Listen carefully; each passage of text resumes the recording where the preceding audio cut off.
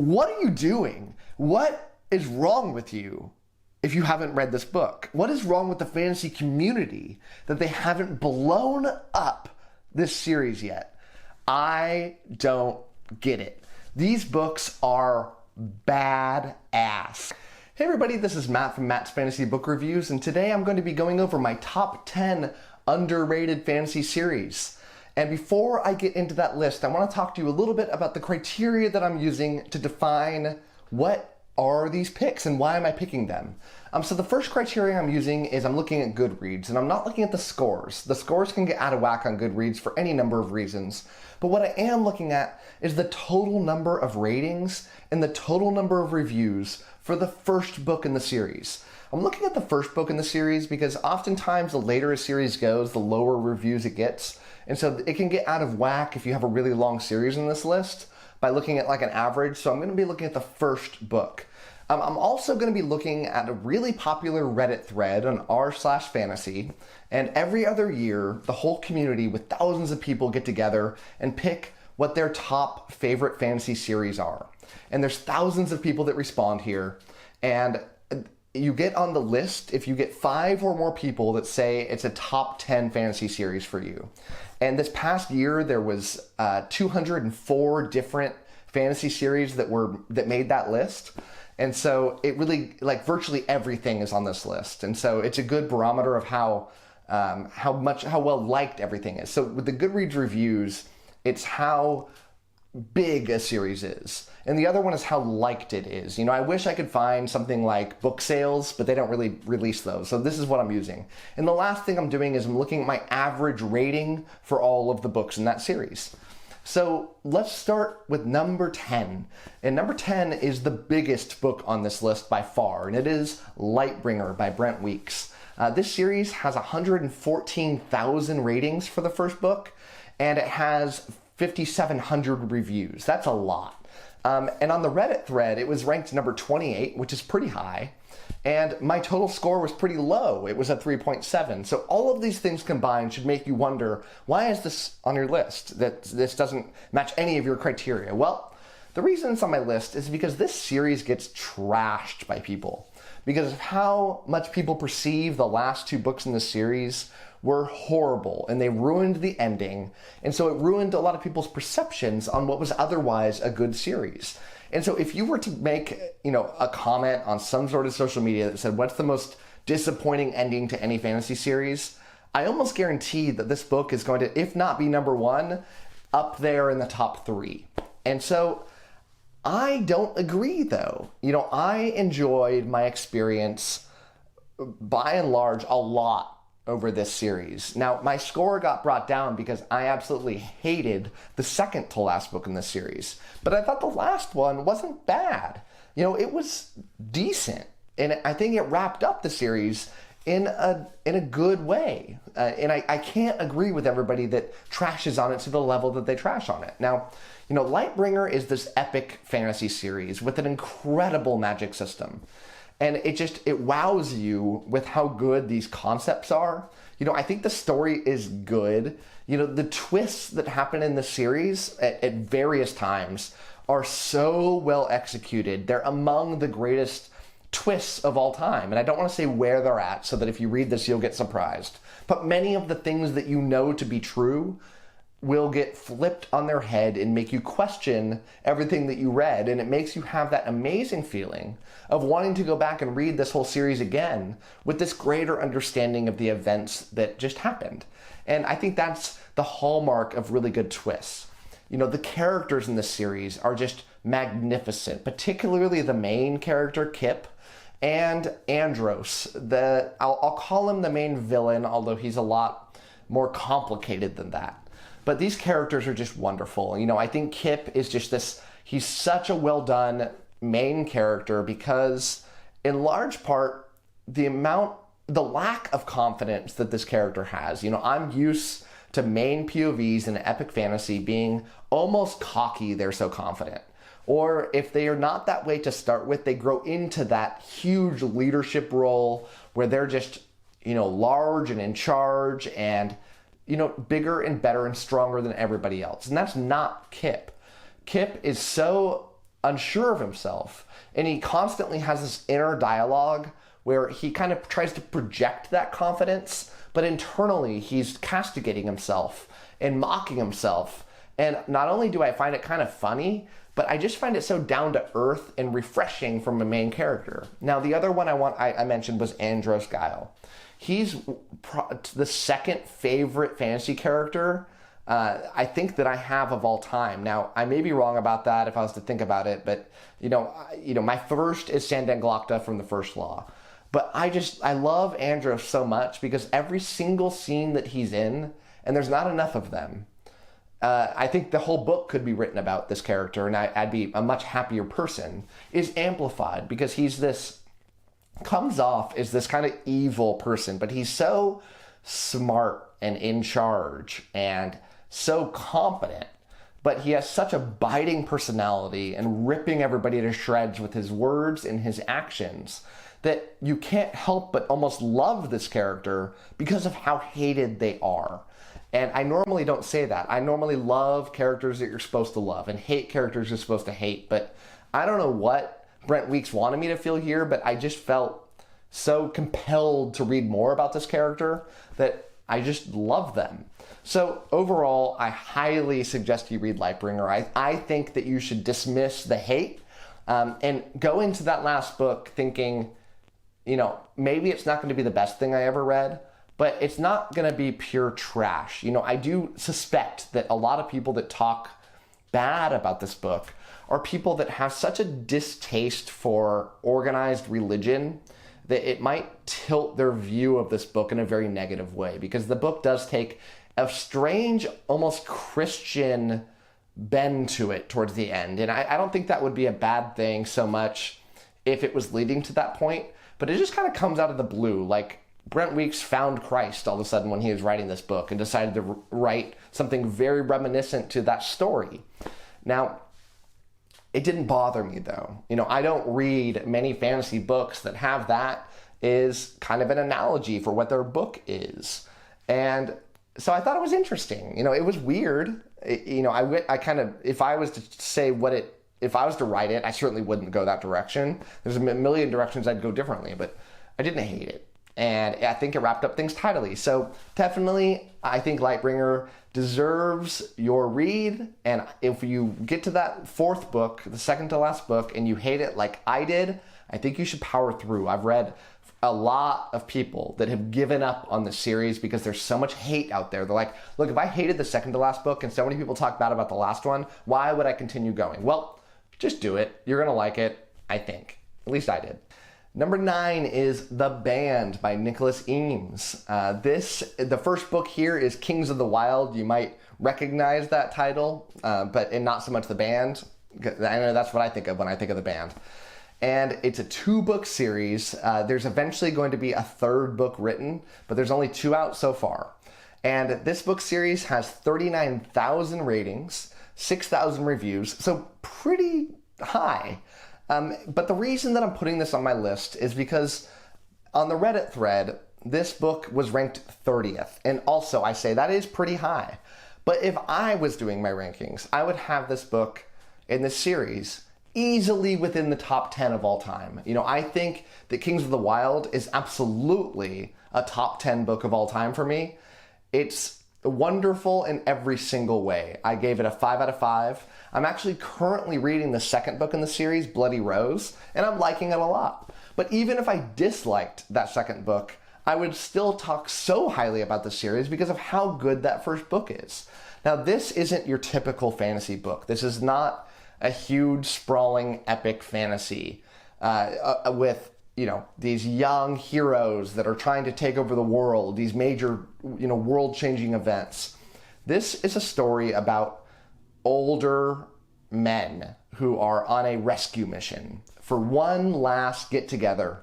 They've been broken up for a long time. They're banned. There's so many rock and roll analogies in this. The entire book is meant to be a major love letter to 70s rock and roll. And even if you're not into 70s rock and roll, it doesn't matter. This is just fun.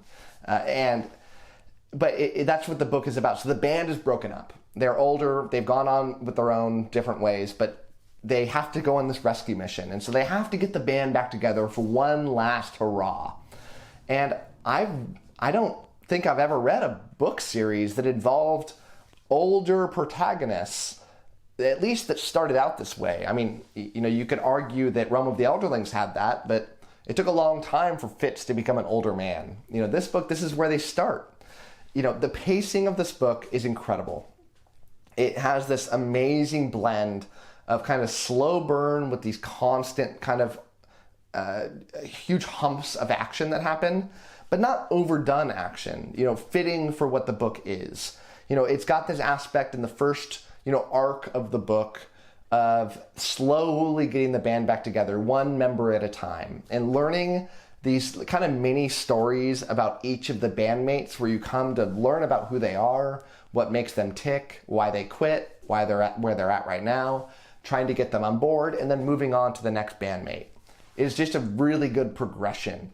This book is very funny also. It's not like laugh out loud funny, but it's constantly making you smile and giggle. It's an amazingly fun time. And I keep hearing that said about this book series over and over again. And that's what I agree with. That's ultimately why I have this book so high on my list. Because that's all I can think about when I'm thinking about this book. It's just dang fun. And so, you have to read this book. Patrick Leo, who's a way bigger YouTube personality than I am, he recommended this book to me, and I gave it a shot. And I wish he could pick all books for me if he's going to pick a banger like Kings of the Wild. And so far, I'm really enjoying the second book in the series also. It kind of goes in a totally different direction with a totally different cast of characters. And it's kind of parodying 80s rock. And 80s rock that's where I grew up listening to a lot of 80s rock. Not so much 70s, that's a generation above me, but I loved 80s rock. I still like 80s rock, and it's fun seeing all these little Easter eggs throughout the book. You don't need to have an appreciation for these things, but if you do, all these names will get dropped, all these kind of events will happen that'll make you realize what they're kind of playing with a little bit in real life. And it's fun to catch those. Definitely not necessary, but when you see them, it's like, I know what that is. It's just fun. So, yeah, you gotta give this book a shot. It deserves everyone's attention, and if you haven't read it yet, what are you doing? Gotta read this book. Number 8 is The Black Company by Glen Cook. Now, this first book in the series, which is titled The Black Company, as is the series, had 46,000 ratings, so pretty high, 2,200 reviews, which is also pretty high, but it's ranked 54th of all time on Reddit, and that is criminally low for me. Now, I did give this series a 4.05 overall rating. A couple of the books I thought were weaker. One of the books I gave, I think, a 1 out of 5, which really tanked the scores. And it was a book that really came out of the blue. It wasn't like following the main story, and I didn't love it, but The Black Company in general is it's so good. I think it's one of those like foundational fantasy books that everyone needs to read. It came out in the mid 80s. This author kept writing the book into the early 2000s, but it influenced so many authors with that really dark, grim, dark kind of tone to it, a very like evil, dark world. And these characters that really play well off each other in such a good way. The characters are what make this book so incredible in the way that they interact with each other. And the writing style that's used here. And it's such an ingenious writing style that I kind of simultaneously question, why don't more authors try to go down this route? And then answer it up with, I don't think anybody's as skilled as Glen Cook to be able to achieve what he was able to achieve here. And here's what I mean. The Black Company's written from a diary perspective. So one of the characters, his name is the Analyst, he literally is writing a diary of all the events that happen of this mercenary company of bad dudes. And these guys are trying to take the highest bidding contract. They don't care if it's for the good guys, the bad guys. It doesn't matter. They're just trying to get paid. But the one character in the book, the Analyst, he's writing out everything that happens. And so it comes through with this character's voice, with the immense bias that goes into this character, where it feels very unique. Now, if that was the same thing and every book was written from that perspective, I think I wouldn't be as impressed. But what happens is every couple books, the analyst changes to somebody else. They give the mantle over to a new character. And the entire writing style changes. The entire tone changes. Everything about the way that it's written takes a 180 and goes a different direction. Sometimes I loved it more, sometimes I loved it less, but I always appreciated how skillful it was, and it brought me so far into this story. It takes guts to be able to do what Glen Cook did, because he essentially said, look, you might love what you've been reading, but I don't care. I'm going in this new direction, and you know what? You're gonna deal with it. And I don't think a lot of people would have the guts that it took to do what Glen Cook did when he made that decision. This series starts out with just like, not this greater story going on, just a band of mercenaries trying to get their paid. But as the series goes on, it gets this way epic scale where they're trying to achieve a major goal. I don't want to say what it is. But they're trying to get to this certain destination so they can achieve what they deem their destiny to be, and to investigate their past, because the early files that were written of the Black Company and the Analyst have been deleted for some reason. They don't have them anymore, and they want to know about their past, and they're trying to figure out what that past is. And even when they get there, there's more books to come, because it gets even deeper and weirder and crazy from the fantasy angle. I mean, there's this moment where one of the characters takes the, comatose wizard that they were battling and inhabits their brain so they can kind of mind jump and go to different places and see what other people are doing in different parts of the world, and a lot of stuff like that. It's bizarre, it's wacky, I'm here for it. I also love about the series the dialogue between these characters. These are characters, if you've ever read Malazan, and if you haven't, go do it. It's my favorite series of all time. And, you were doing yourself a disservice if you're intimidated by Malazan and you don't want to get into it. Just bite the bullet and go do it. But if you think of Malazan and the Bridge Burners, and this is one of the companies in an army, and the dynamic that they have with each other, this is where it started. This is where Steven Erikson got that concept from, is from the Black Company, because these guys they love each other, they hate each other, they're working together, the banter they have, the practical jokes they're playing with each other, the way that they can talk to each other in this totally upfront and honest way. It's just such a lovely dynamic between these characters, and you come just to love them so dearly. I mean, you've got these two wizards, the two wizards in the company, who act like they hate each other, but clearly they would never be able to live apart from each other. They are attached to each other so strongly, and they get into these fights all the time when they get drunk, and they're exploding houses and trees and shooting magic at each other. They're not trying to kill each other. They say they are, but they're clearly not. And I just love this dynamic. It reminds me of like two rival brothers or something that are constantly fighting each other, but they love each other, and it's so good. So yeah, even though the Black Company has a lot of reviews, I think that it's gone down in people's favorite book over time. I don't think time has done a great thing to the Black Company, but man, it's good, and it deserves your attention. Number 7 is the last book on this list that's arguably pretty popular. Everything after this point is going to be pretty unpopular. And this is The Powder Mage. And this has 50,000 ratings on Goodreads and 3,500 reviews. So pretty big. But this is ranked 41st on the Reddit thread for most popular fantasy books or best fantasy books. And I love this trilogy of books. I gave it a 4.83 out of 5, which is huge. And I was just blown away. I had no expectations about what this book series was going to be about, or if it would be very good, because I haven't heard incredible things about it. And to date, I still feel like I'm the one fantasy booktuber that loves this book more than the others. I consider this an extremely top-tier fantasy series. And it's just so good. Everything about this. It's written by Brian McClellan, who's just a genius. And this feels like what The First Law felt like to me, where you had a multi-POV book set in kind of an urban landscape, and it dealt with things in a little bit slower of a fashion, which I love. I love slow burns, and they turn into something big. It dealt with these bigger-than-life events, but didn't feel bigger than the world. And what I mean by that is, when you look at a map of the First Law, what you'll see is all the events happening in one or two major locales. But there's, 10 times more space represented on the map.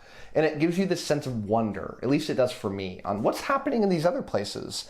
And it makes it feel real, where, you get the sense that not everything is happening in front of your eyes. There's these other moments happening. And I love when fantasy books do that. The Powder Mage does that to a much larger degree. Most of these events are happening within one country, and there's like 6 or 7 different countries on this continent, and there's other continents that don't even get mentioned in this series. And I just love being blown away by that epic scale, but you get the more micro aspect of it. The character dialogue in this book is wonderful. I love every single character in this book, good or bad. I think I just adore them, and I love the plot. I don't want to ruin the plot for you, but I think in short, what I could say about it is that by the time the book starts, an assassination had just happened and maybe it's not an assassination, but there was a coup, and this one guy took over the government, and that's one of the main characters that we're following in this book, him and his son. And it's them trying to keep the kingdom under control. And because there's, these external forces coming to get them, there's internal strife. There's a much larger story going on of like literal gods that are coming back, that are upending things, and people trying to summon gods. And yeah, it's so wonderful. This is what they call a flintlock fantasy. And I haven't read a lot, so I get the feeling like they're not referring to a ton of books here. But think like Napoleonic era, where you have literal muskets that you put gunpowder in to have them shoot. And that's the technology that we're dealing with here. But you also have a wonderful magic system where characters that are predisposed to having these abilities can literally like snort gunpowder, and it gives them, they're stronger, they're faster, they have better perception, but they also, importantly, can shoot one of these rifles an insane distance with perfect accuracy. And it adds a really fun aspect to the capabilities of these characters. And then you have the classic kind of soft magic system of mages that are kind of all-powerful, where they have tons of different magical abilities and can do tons of things, but there's not very many of them in this series. There's only a very small handful. So it doesn't feel like too overpowered of these characters, but when you see them, they are massively overpowered. But they're not like take over the world powerful, but they are, kingdom defining powerful. And I love all the aspects to the magic system. Every single aspect of this book I love. I love the characters, I love the plot, I love the magic, I love the world, I love the writing. It's so good, and it's a travesty to me that this book is not beloved by fans. I think, for me, this is easily a top 20 series of all time, arguably like a top 10. And I won't stop yelling it from the rooftops that everyone needs to give Powder Mage a chance, especially those that really liked the First Law. It's not the First Law. There's a ton of differences. I don't think any book series will ever be exactly like another book that gets compared to it. But for me, the comparisons were immense. And, if this book only has a fraction of the fans that something like the First Law has, and yeah, everyone needs to go and read this series. So number 6, and we're now at the point where these books are not very popular, and this is going to be Mother of Learning. This is by Domagoj Kurmaic, and this has 3,300 ratings and only 227 reviews on Goodreads. And this was ranked 181st out of 204 on the Reddit thread, so not a ton of people love this. And I do. I ranked the first 2 books 4.5 out of 5, and I haven't read the third one yet. But everything I've heard is the third one's the best of the bunch. And I have no doubt that I'm going to be obsessed with it because of how much I liked these previous 2 books.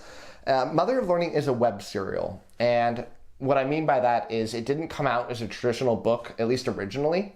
It came out as, either weekly, I don't know. I didn't read it when it was first coming out, but somebody put it online for free where people could read it. And people got into the series and following it and wanting to read what's next. Now, this has been finished. It's one of the rare web serials that actually got a completed ending. And it was a little while ago that it ended. But you can still read this entire series for free online. Or you can buy the books. They're not very expensive. I've bought them so I can read them on my Kindle. I really like reading on Kindle. I don't want to read on a computer. That doesn't work for me. So I bought these books and, oh man, they're good. This is a time loop story. So think like a fantasy version of Groundhog's Day, where you have this main character who gets stuck in a time loop. Instead of every day, it's every month. When the month ends, the character ends up where he was on the first page of the first book. And it doesn't feel, even though it's repetition, and it's in the title, the whole reason it's called Mother of Learning is the tagline is repetition is the mother of learning. But it doesn't feel like dull, where it doesn't feel like you're reading a repeat of everything happening. There's a lot of progression that happens. This is also a progression fantasy. And that's where a character keeps getting more powerful and stronger as the series goes along. And the way that works here is while everybody is on the loop and they don't realize they're in the loop, but the main character is a mage, and he's going to a mage school. So everything he was taught and learned in that month, he retains. And so over time, he's getting insanely powerful while everybody else is stuck the same. Now, there's so many dynamics to this that I love. I love that the character can't come out and say how powerful he is because it would just be so unbelievable. So he's trying to downplay his abilities in school, because if he showed everyone how strong he was, it would just be bizarre and he'd be trying to explain himself all the time. There's this very deep conflict in this book that happens very early on, that there's this major event that happens at the end of that month that not only is this main character trying to get himself out of the loop, he's also trying to stop that major event from happening. So he doesn't actually want to get out of the loop until he can figure out how to stop this event. So you got these multiple things going on. The story gets very complex. The second book, it's split up into arcs. And they keep getting longer and longer. The third arc is as long as the first two books combined. But the second arc is so good. I give it a 5 out of 5. I give the first a 4 out of 5. But the second arc, the story starts expanding. It turns into this very deep, mystery book about how to solve this mystery. And I don't love mystery books. In fact, I dislike them. But this is so well written that I'm just hooked into it. Now, there are faults to it. The characters aren't incredible. The main character is a little bit annoying until he grows up into being not annoying. But the characters just are a little bit shallow. But the plot is so interesting. The magic and the world is so intriguing, and it's such a unique plot. Now, I'm not going to try to sit here and say time loops have never been done before. They certainly have. I haven't read a ton about them. They've always interested me. And if you're interested in the concept of a time loop, man, this book's good. If you like web serials, you probably already read this before because it's very well known in the web serial community. But yeah, it's a wonderful series. It does take a little bit while to get into it. It takes probably, a third of the first book before you're like, okay, I'm in, I love this. I wasn't feeling it for the first third. But once you got past that point, and I've heard a lot of people say this, it really starts amplifying the enjoyability in this book. But yeah, please go check this book out. It's awesome. Number 5 is Of Blood and Bone by John Gwynne. This book series has 7,200 ratings and 927 reviews on Goodreads. And on Reddit, it is not even ranked. It didn't make the top 204 fantasy series. And I gave it a 4.83. That's insanely high. This is a 3-book series. I gave a 5, a 5, and a 4.5. And you might be wondering, what is this series? Well, The Faithful, the Fallen, which I'm sure you've probably heard of if you're into fantasy. It's by the same author, and it was the prequel to this series. And it came out first, and it's way more popular. I don't know off the top of my head how many ratings it has, but if this one had 7,200, the other one has 30, 40, 50,000. It's way more popular, and I don't get it. Because this series is every bit as good as the Faithful and the Fallen series. And I truly don't understand what happened here. Because if everyone loves that one, you would think that they would then give this one a chance. But not only are the ratings way lower, clearly, Reddit didn't even rank it, and Faithful of the Fallen is very highly ranked. But they didn't even read it. And like, do people not know that this exists? Faithful and the Fallen is a huge epic fantasy. Think like a kind of like Brandon Sanderson, good versus evil type of book series with amazing twists, awesome magic, a great driving plot. And that's what the second series is too. And so the first one has this overarching theme of like good versus evil with, gods that are trying to get resurrected and a world coming at war with, the prophesized, hero and the prophesized, anti-hero, and they're trying to march into battle with each other to resurrect their gods. And the plot gets resolved, I won't say how, in the first series, but the second series comes and it turns out that it's not resolved. And a new avenue has to be gone down with new characters, mostly new characters. It happens, 150 years later, but some of the characters in this series can live for an extremely long amount of time based on what kind of character they are, and they still exist in this book, but mostly new characters. And it's just deeply compelling. It's awesome. It's just as epic. The fight sequences are even better than the first series because I think John Gwynne kind of grew as a writer. And John Gwynne, I've gone on record saying he's the greatest action writer in anybody in all of fantasy. And I think he's better than Joe Abercrombie. I think he's better than Sanderson. I think he's better than everybody. And it's just incredible what kind of battle sequence this writer can do. I get kind of lost in battles sometimes. It reminds me of like, a major blockbuster movie where this big fight will happen and there's these major cuts happening and you can't totally tell what's happening, but it's cool. And that's how a lot of fights are for me. But with John Gwynne, he writes them so vividly that you're transported with him. You know everything that's gone on, and every single one of the battles is seared into my brain, and I'll never forget them. And I can't say that for almost any other author that I can remember in such clarity on what happened. And it's wonderful. And so, if you've read Faithful and the Fallen and you haven't read this, I'm not mad at you. I'm just disappointed. And I think that's kind of worse. I mean, at least that was when I was a kid and my dad would get disappointed in something of mine. I'd rather him yell at me. But yeah, that's how I feel about you. I'm disappointed. And it has to be read. It's mandated reading. If you don't know what I'm talking about, if you've never read this series, go read Faithful and the Fallen. Stop watching this. I don't need your views. Go read John Gwynne. He's amazing. He's my second favorite author of all time. The first one being Stephen Erickson, and in large part because of this series. So please check it out. Number 4 is The Tide Child by R.J. Barker. This series has 5,000 ratings, 977 reviews, and it's ranked down at 143 on the Reddit thread. And I gave this series a perfect 5 out of 5 for the first 2 books. I haven't read the final book in the trilogy yet, but I'm putting it on here so high because of how much I loved those first 2 books. They aren't just 5 out of 5s. They are the top of the top for a 5 out of 5. And I'll go as far as to say the second book in the series is a top 10, top 15 favorite book that I've ever read in my life. It's incredible. And it is crazy to me that this series has not blown up. I just don't get it. I don't understand. Every review I've ever read of this book is awesome. I've never read somebody that's read this and gone like, yeah, I hated it. I have read people that said it's a little slow. It is a little slow. The first one is. The second one is anything but slow. The second one is action-packed. But this is a pirate book. This is a pirate fantasy novel. And I love pirates. I am just predisposed to loving everything about pirates. I love epic fantasy.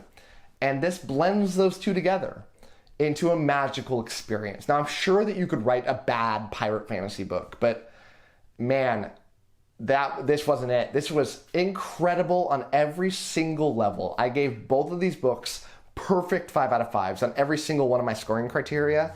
The characters, awesome. Plot, awesome. Magic system, awesome. Writing, awesome. fantasy elements, awesome. Everything is there. It starts out kind of slow, and it's about the main characters trying to hunt a sea dragon, an epic sea dragon, and like bigger than anything on Earth, you know, like the size of like a blue whale. And they're riding around in these boats that are the shells and the bones of epic sea dragons that have been hunted in the past.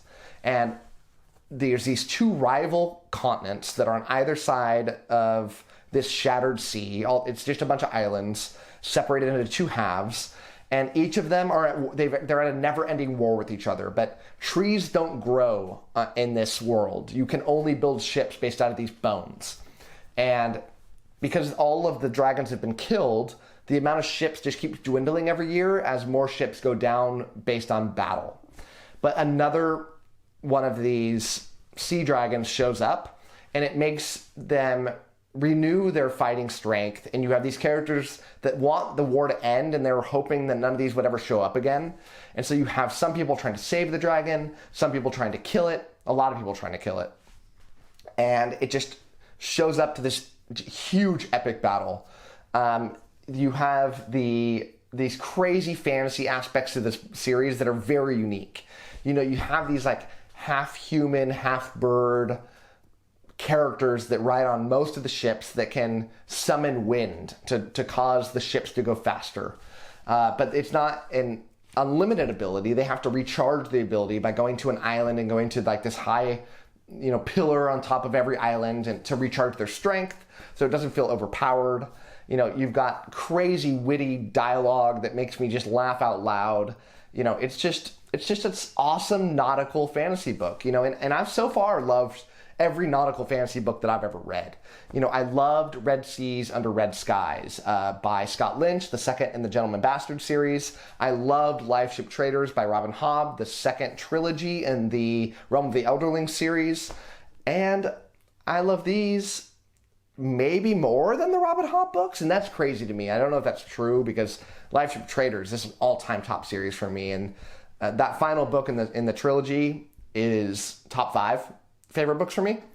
But yeah, I have very high hopes that the series is going to end out with a bang, and I just need more people to read this series. If anything that I just said is any appeal to you, please check out R.J. Barker. The man is a genius, and you need to join on the R.J. Barker fan club with me. It's lonely over here. There's only 5,000 of us that have rated this book, so I want you to be number 5001. Please do it for me. Number 3 is Malazan, Path to Ascendancy by Ian C. Esslemont. This has 4,600 ratings, 333 reviews, and it is not on the Reddit list of the top 204 best series. I gave it so far a 4.67 out of 5. There's 3 books that are currently out, and I think there's going to be in total 5 or 6 total books in this series, but they're not out yet, obviously.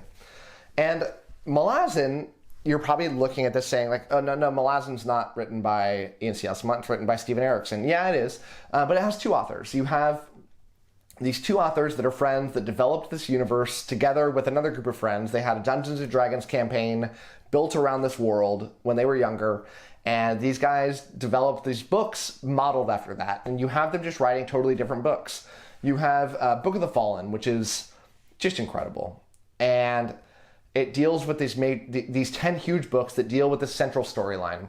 But in Book of the Fallen, you have these little offshoot stories that are part of the story, but then that character just isn't part of the final part of the story, and even major characters. And they'll just kind of go off and do their own thing, and they never get written about again. Well, in the Esslemont series, you have him picking up those story threads and going off in a different direction, saying what happened. And that was in his series, Novels of the Malazan Empire. Then he wrote this series, the one he's currently writing.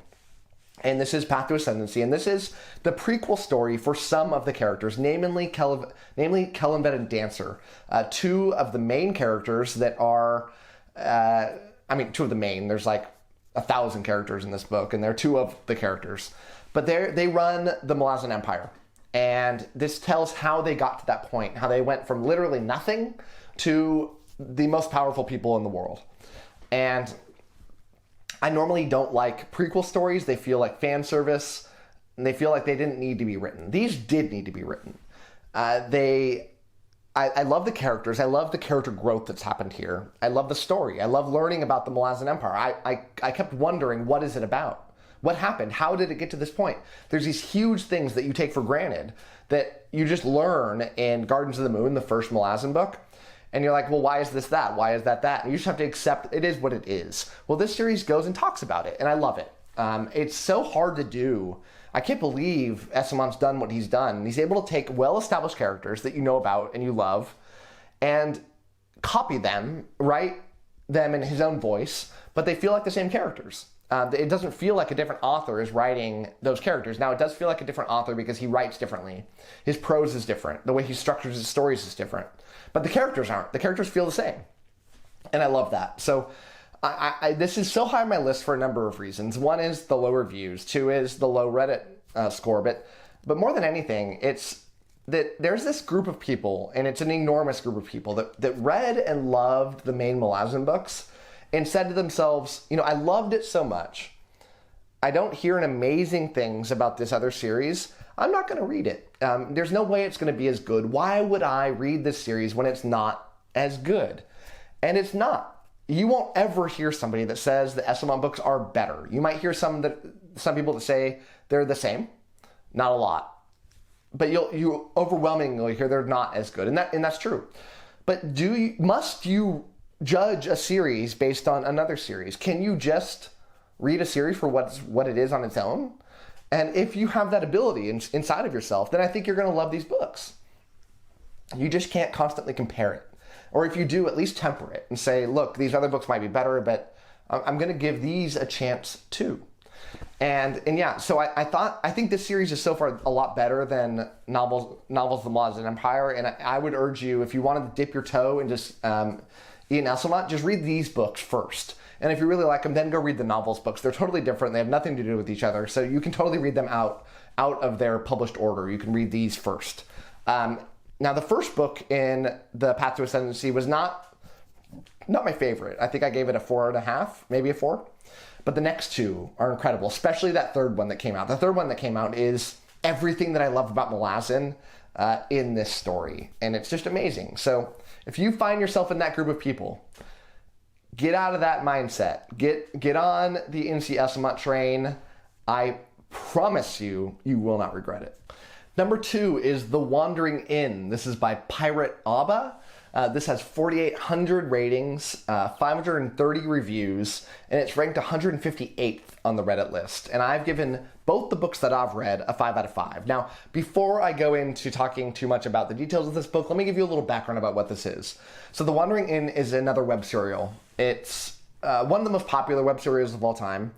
And it's the story of if a normal kid got transported into a Dungeons and Dragons kind of world where, you know, they know everything they know about Earth, but no one else does, and they're trapped and they can't get out. And it's truly Dungeons and Dragons-y in the sense that this main character, they find an abandoned inn, and it's the Wandering Inn, and they decide to become an innkeeper. And as they're doing tasks on the first day to try to clean up this inn, they go to sleep and they all of a sudden get a notification that you have leveled up your innkeeper class and you got these special skills. And it's straight out of an RPG. And it doesn't feel too video gamey in the sense that it doesn't like take you out of the story. It makes the story the forefront, but it's just so fun. The progression that happens here is addicting. You can't stop reading these books. They're incredible. Now, the series is huge. It's the longest book series that's ever been written, and it's growing at an unprecedentedly enormous rate. So this is way bigger than the Wheel of Time. This is way bigger than Malazan. And if you can read it all for free online, I urge you to do that. Check it out. There's lots of good things to like about reading it online. They put this colored text, this hidden text. You can hover your mouse over certain things and it'll show you certain things. A lot of fun things you can do on the computer that you can't do if you read it on Kindle. But I read it on Kindle. That's what I read my books as. and I pay for the books. They're cheap. They're like $3.99 a book. I think there's 7 or 8 books that have come out so far.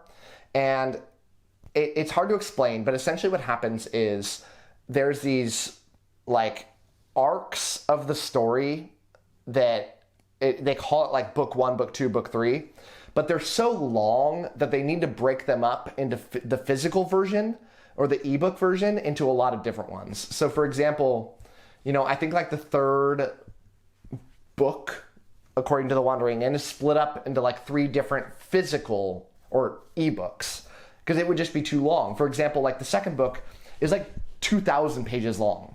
And that's the longest one. They started to break them up a lot more, but it's huge. And the author currently puts out 2 chapters a week, and they're each like 30,000 words. So this grows by like 60,000 words a week. And the average novel is like 100,000 words. So this author's putting out half a novel every single week. It's crazy. The story itself is incredible. Like I said, I've given both these a 5 out of 5. I can't wait to keep reading. I'm going to be reading forever, I feel like, if I want to catch up at this rate. I don't think I'm reading that much faster than the books are coming out, and I'm way behind. But it's just so deep. It has this amazing blend of low stakes and high stakes. It's got crazy fun fantasy characters. It's got crazy fun characters in general that have this amazing character growth. It has this progression aspect that keeps you addicted. You want to see these skills and how they're going to get them and what they're going to put them to work as. And the story is greatly expanding. It's got tons of different POVs that are coming out. It will go to different continents. It'll have these huge conflicts that happen that get resolved and other ones happen. It's just epic, epic, epic. It's so good. I love everything about it. I mean, and there's so many different like kind of subgenres that are in it. I mean, in the first one alone, you had kind of like a cozy fantasy story. You had this RPG kind of story. You had horror elements. You have epic elements. You've got funny. You've got sad. You've got the entire range of human emotions that happen in the series. And an author who is gaining their confidence as a writer as the story goes along. The author's name is pirateaba. It's a pseudonym. No one knows who the real author is. They want to keep themselves completely anonymous. And it might be a robot just using AI to write this or something because of how crazy this comes out. I'm not serious, but it's nuts how quickly these come out. But yeah, I strongly urge you to check this out. It's just wonderful. And read a little bit of the first series on the computer to get it for free. Check it out. I got hooked pretty quick. I was like 100 pages in, and then before I blinked and I was 500 pages in. I just can't stop reading it. And so I'm addicted. I think you would be too. Check it out. Number 1 is The 5 Warrior Angels by Brian Lee Durfee. This only has 1,200 ratings. It only has 276 reviews. It does not show up on the Reddit list. And so far, there's 2 books out. The 3rd one's coming later on this year. I've given each of them the highest of high 5 out of 5s. What are you doing? What is wrong with you? If you haven't read this book, what is wrong with the fantasy community that they haven't blown up this series yet? I don't get it. These books are badass. I try not to cuss on this channel. I have to. It is insane how good these books are. What are you doing? Go read them. Check them out. The author's awesome. So I'll just say that. And I wasn't tainted by the author before I read these. I didn't really know who the author was before I read these. I got recommended these books. They looked good, so I checked them out. And then I checked out Brian Lee Durfee has a really awesome YouTube channel. He's this crazy fun personality. He reads faster than anybody I've ever known. He's got this enormous library in his house. He reads like a maniac. And he's so passionate. He does these kind of low budget videos where he just hits play and he just talks. I try to mimic my style a little bit after him a little bit, where I try to do unedited talking. I do everything on a first take. I never take multiple takes. He doesn't either, but he's better than me. He does way better than me. And he's just so sure of himself and talks in such enthusiasm. he's just an addicting personality, and I love this guy. But I love these books even more. It's like he took the best parts of like Game of Thrones and Wheel of Time and, you know, like A Song of Ice and Fire, and he blended them up to make this perfect concoction of a story that just works.